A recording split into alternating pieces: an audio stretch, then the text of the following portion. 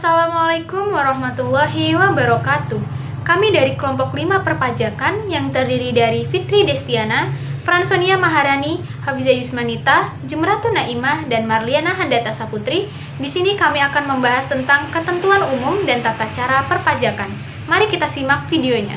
Yang pertama, ketentuan umum dan tata cara perpajakan. Ketentuan umum dan tata cara perpajakan, Undang-Undang Nomor 16 Tahun 2000 merupakan undang-undang yang mengatur ketentuan untuk melaksanakan Undang-Undang Nomor 17 Tahun 2000 tentang pajak penghasilan dan Undang-Undang Nomor 18 Tahun 2000 tentang PPN dan PPNBM. Pengertian dalam ketentuan umum atau KUP dan tata cara perpajakan. Yang pertama adalah wajib pajak atau WP adalah orang-orang pribadi atau badan yang menurut ketentuan peraturan perundang-undangan perpajakan ditentukan untuk melakukan kewajiban perpajakan, termasuk pengamatan pajak atau pemotongan pajak tertentu. Yang kedua, badan adalah sekumpulan orang atau modal yang merupakan kesatuan baik yang melakukan usaha. Yang ketiga, masa pajak adalah jangka waktu yang lamanya dengan 1 bulan takwim atau jangka waktu yang ditetapkan dengan keputusan Menteri Keuangan paling lama 3 takwim. Yang keempat, tahun pajak adalah jangka waktu 1 tahun takwim kecuali bila wajib pajak menggunakan tahun buku yang tidak sama dengan tahun takwim. Yang kelima adalah bagian tahun pajak adalah bagian dari jangka waktu 1 tahun pajak. Yang keenam, pajak yang terutang adalah pajak yang harus dibayar pada suatu saat dalam masa pajak, dalam tahun pajak atau bagian tahun pajak menurut perundang-undangan perpajakan. Yang ketujuh, penanggung pajak adalah orang pribadi atau badan yang bertanggung jawab atas pembayaran pajak, termasuk wakil yang menjalankan hak dan memenuhi kewajiban wajib pajak menurut ketentuan perundang-undangan perpajakan. Yang terakhir, surat paksa adalah surat perintah untuk membayar utang pajak dan biaya penagihan pajak sesuai dengan Undang-Undang Nomor 19 tahun 1997 tentang penagihan pajak dengan surat paksa sebagaimana telah diubah dengan Undang-Undang Nomor 19 tahun 2000. Selanjutnya adalah pembaharuan sistem perpajakan. Reformasi perpajakan adalah perubahan sistem perpajakan secara signifikan dan komprehensif yang mencakup pembenahan administrasi perpajakan, perbaikan regulasi perpajakan, dan peningkatan basis pajak. Bentuk pelaksanaannya dapat bervariasi tergantung pada kondisi yang dihadapi, termasuk menambah atau mengurangi tarif pajak, mengubah lapisan penghasilan kena pajak, mengubah ambang batas penghasilan kena pajak atau PKP, mengubah dasar pengenaan pajak, memberlakukan pajak-pajak yang baru dan menghapuskan pajak-pajak yang lama, mengubah komposisi penerimaan pajak maupun melakukan perubahan mendasar terhadap praktik-praktik dan prosedur administratif perpajakan. Pembaharuan sistem perpajakan terdapat dalam yang pertama Undang-Undang Nomor 16 Tahun 2000 tentang ketentuan umum dan tata cara perpajakan. Yang kedua Undang-Undang Nomor 17 Tahun 2000 tentang pajak penghasilan. Dan yang ketiga, Undang-Undang Nomor 18 Tahun 2000 tentang pajak pertambahan nilai dan pajak penjualan atas barang mewah. Yang keempat, Undang-Undang Nomor 19 Tahun 2000 tentang pajak bumi dan bangunan. Yang kelima, Undang-Undang Nomor 20 Tahun 2000 tentang bea materai.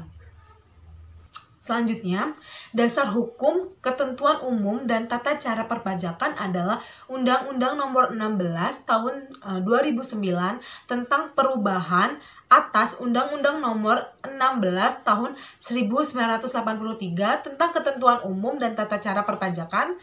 Terdapat dalam yang pertama peraturan pemerintah, yang kedua keputusan presiden, yang ketiga peraturan dan keputusan Menteri Keuangan, dan yang terakhir adalah peraturan, keputusan, dan surat edaran Dirjen Pajak. Tahun wajib pajak dan hak kewajiban wajib pajak. Yang pertama itu adalah tahun wajib pajak. Tahun wajib pajak adalah jangka waktu 1 tahun kalender, kecuali bila wajib pajak menggunakan tahun buku yang tidak sama dengan tahun kalender. Jangka waktu 1 tahun kalender adalah jangka waktu yang dari tanggal 1 Januari hingga 31 Desember. Wajib pajak dapat menggunakan tahun pajak selain tahun kalender dengan terlebih dahulu mengajukan izin ke kantor pelayanan pajak atau KPP. Macam-macamnya ada 2 macam. Yang pertama itu adalah tahun pajak sama dengan tahun takwim, yaitu di mana pada 1 Januari, misalkan pada tahun 2015 sampai dengan tanggal 31 Desember 2015, maka tahun tersebut disebut dengan tahun pajak 2015. Yang kedua adalah tahun pajak tidak sama dengan tahun takwim. Itu ada beberapa macam. Yang pertama adalah pembukuan perusahaan dimulai pada tanggal 1 Juli 2015 sampai dengan 30 Juni 2016. Tahun tersebut adalah tahun pajak 2015 karena 6 bulan atau lebih di tahun 2015. Yang kedua adalah pembukuan perusahaan dimulai pada 1 April 2015 sampai dengan 31 Maret 2016. Disebut dengan tahun pajak 2015 karena 6 bulan atau lebih di tahun 2015. Yang ketiga adalah pembukuan perusahaan dimulai pada tanggal 1 Oktober 2015 sampai dengan 30 September 2016. Disebut tahun pajak 2016 karena 6 bulan atau lebih di tahun 2016. Selanjutnya adalah hak dan kewajiban wajib pajak. Yang pertama itu ada hak wajib pajak, yang meliputi mengajukan surat keberatan dan banding bagi wajib pajak dengan kriteria tertentu. Yang kedua adalah memperpanjang jangka waktu penyampaian SPT pajak penghasilan untuk paling lama yaitu 2 bulan. Yang ketiga yaitu membetulkan SPT yang telah disampaikan. Yang keempat, mengajukan permohonan pengembalian kelebihan pembayaran pajak. Yang kelima itu ada memperoleh pengurangan atau menghapus sanksi administrasi. Kemudian ada kewajiban wajib pajak pasal 2 ayat 1 dan 2.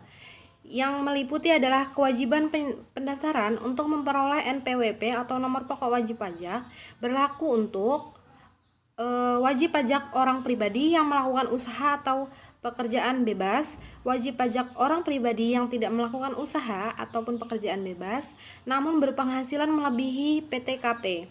Yang ketiga itu adalah wanita yang telah menikah dan menjalankan kewajiban perpajakannya sendiri. Yang keempat itu adalah setiap wajib pajak badan.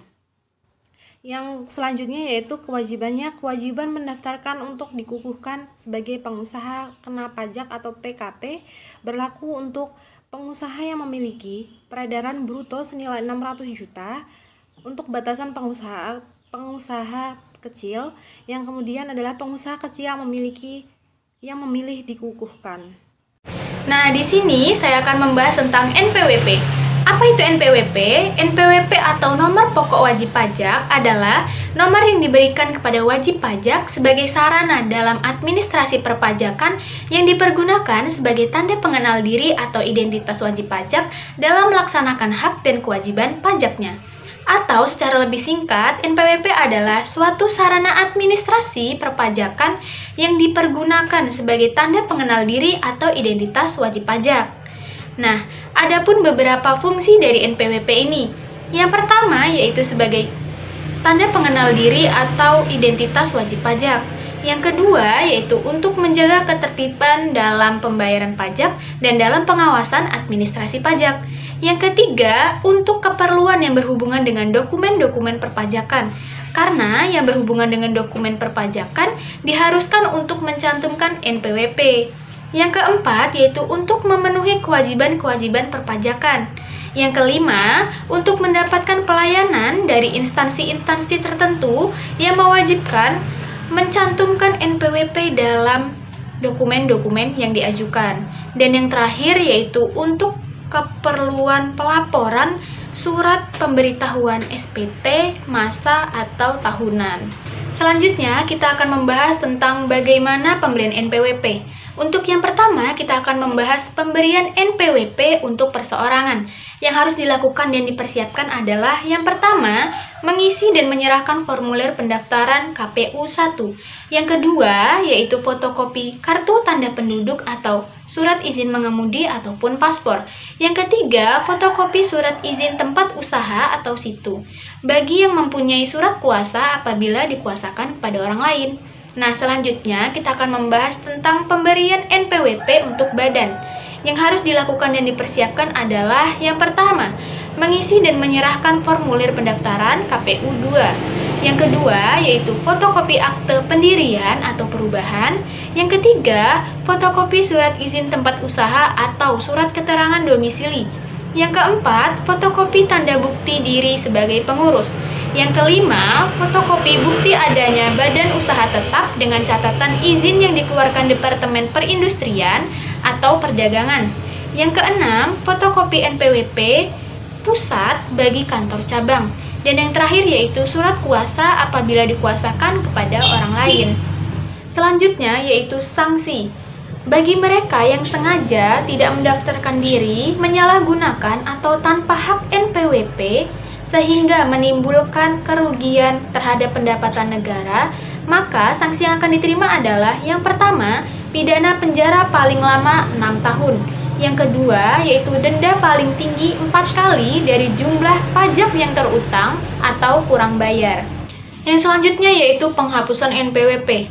Penghapusan NPWP ini terjadi apabila yang pertama, wajib pajak orang pribadi meninggal dan tidak meninggalkan warisan.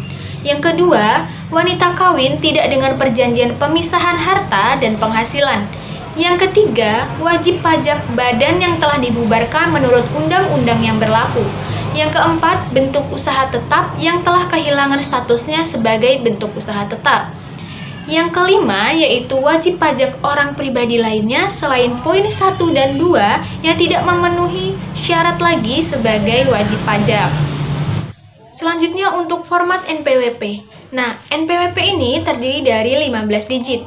9 digit pertama merupakan identitas wajib pajak dan 6 digit berikutnya merupakan kode administrasi perpajakan. Di sini saya akan melanjutkan materi yang dibawakan oleh teman saya. Materi selanjutnya yaitu tentang pengertian dan kategori surat pemberitahuan SPT. Baiklah teman-teman sekalian, materi yang pertama yaitu tentang pengertian SPT. SPT adalah laporan pajak yang disampaikan oleh pemerintah Indonesia melalui Direktorat Jenderal Pajak dengan nomor 28 tahun 2007 membahas tentang ketentuan umum dan tata cara perpajakan. Dalam perundang-undangan ini sudah dijelaskan atau ditegaskan oleh pemerintah bahwa setiap masyarakat diwajibkan untuk membayar pajak serta menunjukkan laporan SPT-nya yang sesuai dengan SK yang berlaku. Nah, dari sini kita dapat menyimpulkan tentang fungsi dari si SPT ini adalah yang pertama yaitu melakukan pelaporan tentang pelunasan atau pembayaran pajak baik yang dilakukan secara personal maupun melalui potongan perusahaan dalam jangka 1 tahun. Yang kedua, melaporkan harta yang dimiliki di luar penghasilan tetap dari pekerja utama. Yang ketiga, melaporkan pembayaran pajak baik non-objek ataupun objek yang ada dalam peraturan pajak.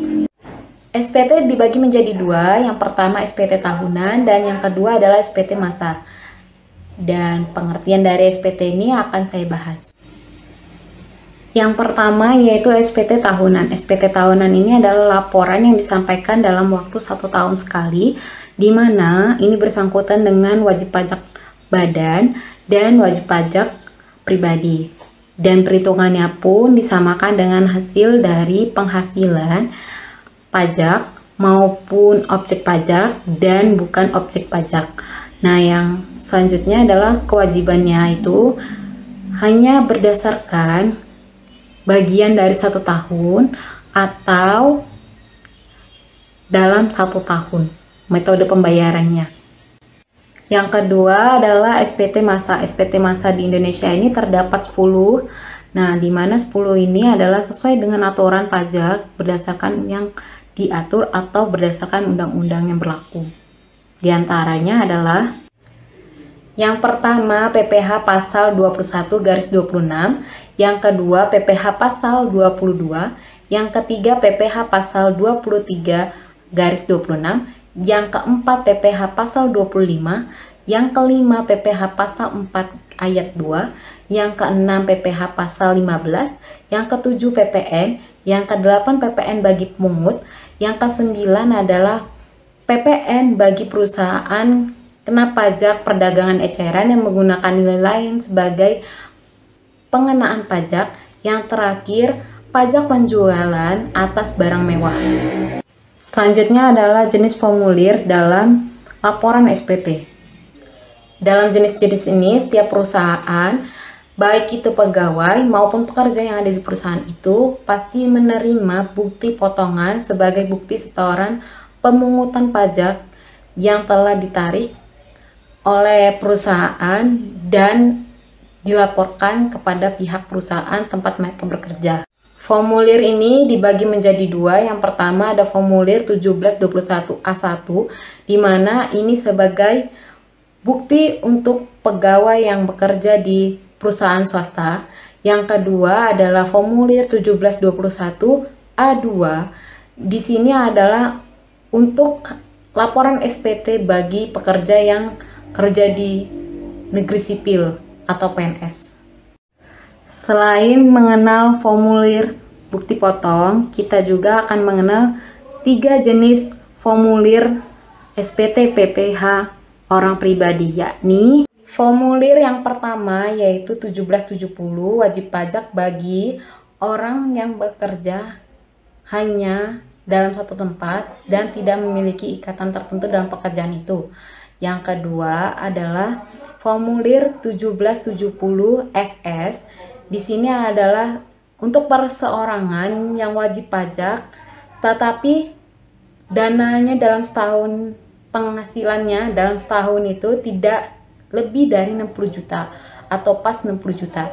Nah, yang selanjutnya adalah 1770S. Di sini adalah bagi perorangan yang wajib pajak yang sudah memiliki dana penghasilannya lebih dari 60 juta dalam setahun. Di sini saya akan melanjutkan materi dari Fransonia Maharani tentang surat ketetapan pajak. Jadi, surat ketetapan pajak atau STP adalah catatan informasi keuangan pada suatu perusahaan dan pada suatu periode akuntansi tertentu yang digunakan untuk menilai suatu kinerja perusahaan. Nah, laporan keuangan adalah bagian dari pelapor keuangan tersebut. Berdasarkan hasil pemeriksaan pajak dan kaitannya dengan tagihan pajak, Dirjen Pajak akan menerbitkan surat ketetapan pajak yang dapat mengakibatkan pajak terhutang menjadi kurang bayar dan lebih bayar ataupun nihil. Nah, termasuk sanksi administrasi dari pajak tersebut. Nah, dari surat ketetapan pajak ini dibagi menjadi 5 macam. Yang pertama yaitu surat ketetapan pajak atau STP.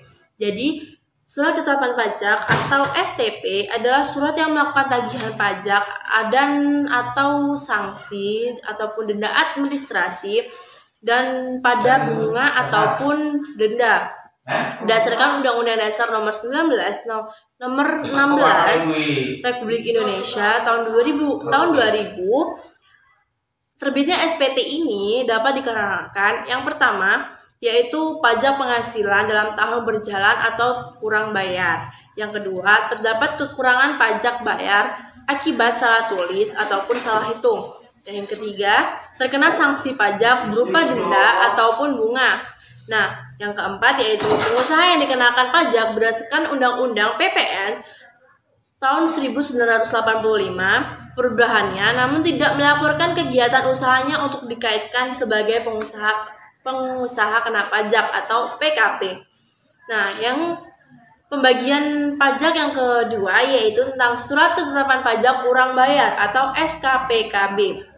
Jadi, SKPKB yaitu surat ketetapan pajak yang menentukan besarnya jumlah pokok pajak, jumlah kredit pajak, jumlah kekurangan pembayaran pajak, besarnya sanksi administrasi, dan jumlah yang harus dibayar. Surat ketetapan pajak kurang bayar ini terbit dari otoritas pajak untuk menemukan adanya pajak yang tidak atau kurang bayar. Nah, berdasarkan hasil pemeriksaan SPT, kewajiban perpajakan atau wajib pajak yang tidak menyampaikan SPT-nya dalam jangka waktu yang telah ditentukan dan tidak menyampaikannya setelah mendapatkan surat teguran, putusan pengadilan, konfirmasi pajak, dan bukti pemotongan pajak penghasilannya dan bukti penghasilan data perpajakan. Nah, yang ketiga yaitu surat ketetapan pajak kurang bayar tambahan. Jadi, SKPKBT yaitu SKP yang menentukan tambahnya atas jumlah pajak yang telah ditentukan. Jadi, surat ini terbit adanya SKPKB sebelumnya. Nah, dari pihak otoritas pajak tersebut menerbitkan surat ini dalam rangka melakukan pemeriksaan ulang karena adanya keterangan tertulis dari wajib pajak dan kehendak sendiri. Data baru merupakan keterangan lain berupa data konrek dari data baru yang telah mengakibatkan penambahan jumlah pajak terutang termasuk data yang semula. Nah, yang keempat yaitu surat ketetapan pajak nihil atau SKPN. Jadi, SKPN merupakan surat ketetapan pajak yang menentukan jumlah pokok pajak sama besarnya dengan jumlah kredit pajak atau pajak tidak terhutang dan tidak ada kredit pajak. Berdasarkan Undang-Undang Nomor 28 Tahun 2007, SKPN dapat terbit setelah DJP melakukan pemeriksaan terhadap SPT-nya. Nah, yang kelima yaitu surat ketetapan pajak lebih bayar atau SKPLB. Jadi, SKPLB adalah surat ketetapan pajak yang menentukan jumlah kelebihan pembayaran pajak karena jumlah kredit pajak lebih besar daripada pajak yang terhutang dan seharusnya tidak terhutang. Nah, surat ini bisa terbit jika wajib pajak menyampaikan permohonan tertulis dan ketentuan kalau kredit pajaknya pada PPN dan PPH dan PPNBN. Nah, materi selanjutnya yaitu tentang surat setoran pajak atau SSP. Jadi, surat setoran pajak atau SSP adalah tanda bukti telah dilakukannya penyetoran pajak oleh wajib pajak.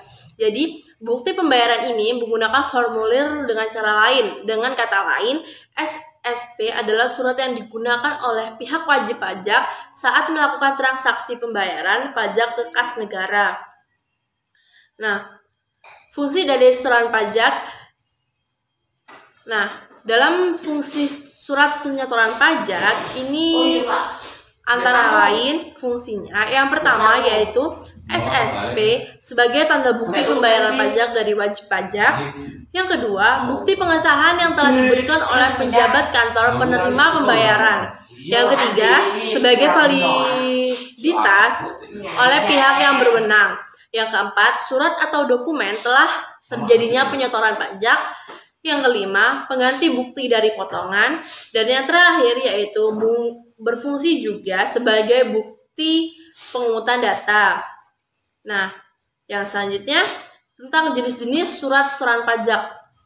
Jadi, surat setoran pajak terbagi menjadi beberapa jenis. Berikut yaitu jenis dari surat setoran pajak.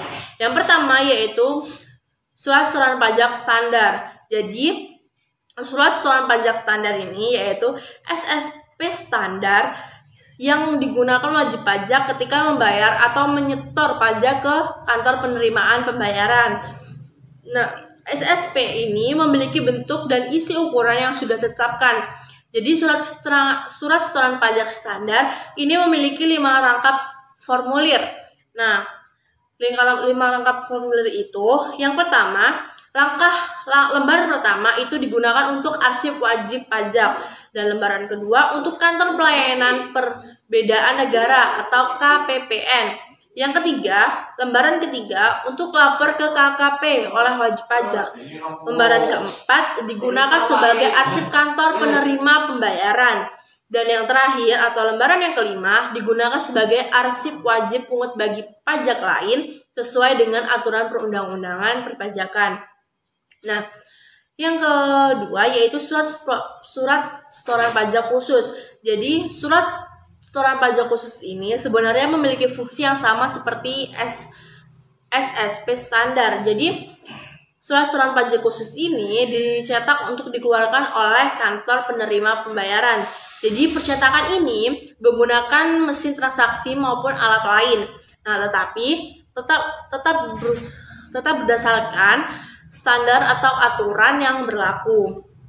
Nah, yang ketiga yaitu surat-surat bea cukai serta pajak dalam kegiatan import.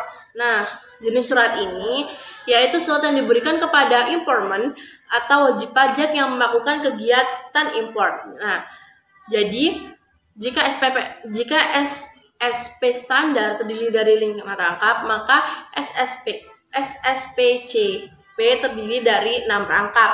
Nah, yang membedakan hanya di rangkap pertama dan rangkap kedua. Jadi kalau misalnya di surat setoran pajak yang standar itu hanya 5 rangkap di 1, 2, 3, 4 seperti itu. Kalau surat setoran pajak bea cukai itu di rangkap 1 ada 1A, 1B, di 2 ada 2A, 2B. Ya, jadi seperti itu. Dan yang keempat yaitu surat setoran cukai atau berdasarkan kena cukai setelah PPN hasil tembakau buatan dalam negeri. Jadi surat ini singkatan dari SSCP dan merupakan SSP yang dipakai oleh perusahaan terkait dengan cukai yang dikenakan barang kena cukai, juga PPN hasil dari tembakau yang dibuat dalam negeri. Nah, dokumen ini terdiri dari 6 rangkap. Sama saja dengan surat setoran pajak bea cukai tadi dari kegiatan import. Nah, surat keterangan tembakau ini hanya membedakan di lembaran, membedakan lembaran satunya itu ada 1A, 1B, yang lembaran kedua ada 2A dan 2B, lembaran kelima yaitu lembaran ketiga, dan yang terakhir yaitu lembaran keempat. Sekian video pembahasan dari kami, kurang lebihnya kami mohon maaf dan semoga bermanfaat, dan kami akhiri. Wassalamualaikum warahmatullahi wabarakatuh. I